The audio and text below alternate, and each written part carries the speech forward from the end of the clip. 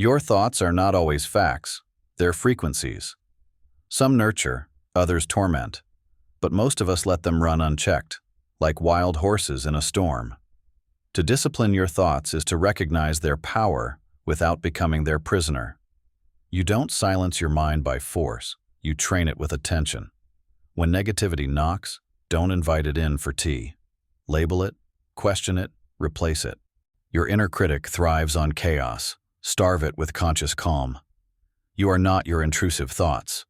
You are the observer, the gatekeeper, the sculptor of your inner terrain. Start with awareness, then apply intention.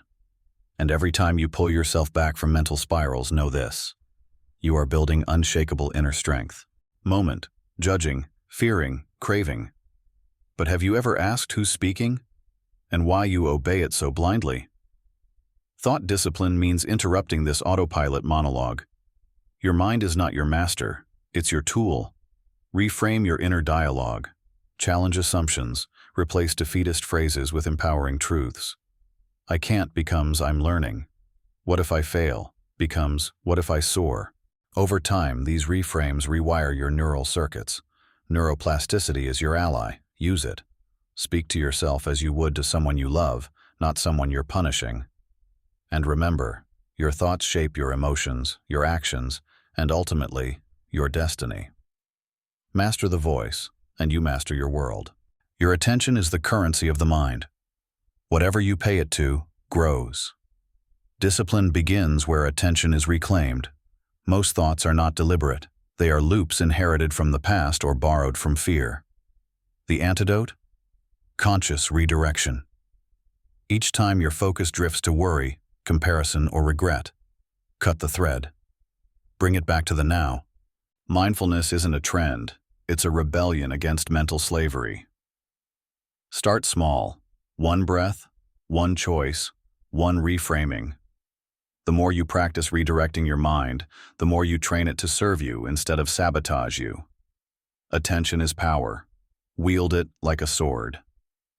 Negative thoughts repeat not because they're true, but because they're familiar. The mind clings to patterns, even painful ones, because it finds safety in repetition. These thought loops, I'm not enough, they'll leave, I'll fail, become addictive. Thought discipline is the detox. Interrupt the pattern, replace it with intention. You can't simply not think something, you must consciously rethink it. Use mental mantras, grounding exercises, or even questions. Is this useful? Is this true? Who would I be without this thought? The answers break the trance. You don't heal by thinking better. You heal by thinking differently. We often fear silence because we mistake it for absence. But in mental discipline, silence is sacred. It's not void. It's space.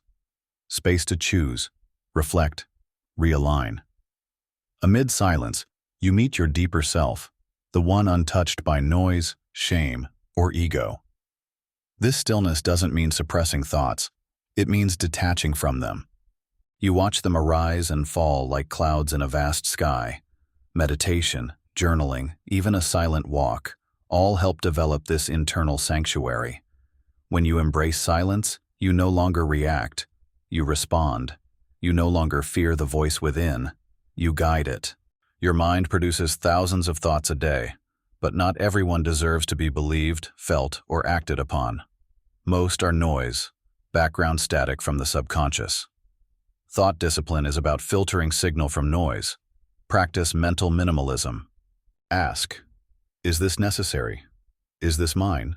Learn to observe thoughts like passing traffic, not passengers you must carry. The ones that don't align with your purpose or peace. Let them pass. Emotional maturity begins when you stop reacting to every inner impulse and start curating your mental landscape. Mental discipline isn't a one-time achievement. It's a rewiring process. Like physical fitness, it requires repetition. You must train your mind like a muscle. Small, consistent repetitions build mental resilience. Start with affirmations, gratitude journaling, and positive reframing. Over time, these override old wiring. Neuroscience confirms, the more you reinforce a thought pattern, the stronger it becomes. So repeat with intention. Your mind listens, it reshapes, and eventually, It obeys. Thoughts often ignite emotions, but those emotions don't define truth. Emotional discipline is born from cognitive discipline. When a wave of fear or anger rises, pause. Ask, what triggered this? What belief is beneath this? Emotions are not commands. They are clues. Learn their language. Instead of suppressing or indulging them, decode them. This gives you freedom, the ability to respond with clarity instead of impulse. Remember, you can feel something without becoming it. Your inner critic isn't invincible, it's just loud. It feeds on passivity, silence, and shame. But the moment you confront it with awareness and compassion, it begins to lose grip. Ask, whose voice is this really? A parent? A past wound? Society? Deconstruct its origins, then replace its venom with truth.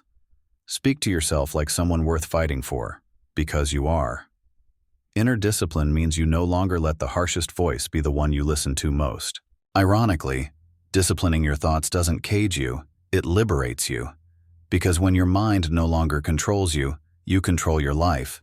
No more being dragged by moods, regrets, or spirals. You become responsive, not reactive, anchored, not adrift. This isn't about toxic positivity or perfection, it's about sovereignty. A disciplined mind creates a free life. And that freedom begins the moment you decide, my thoughts are not the truth until I say they are.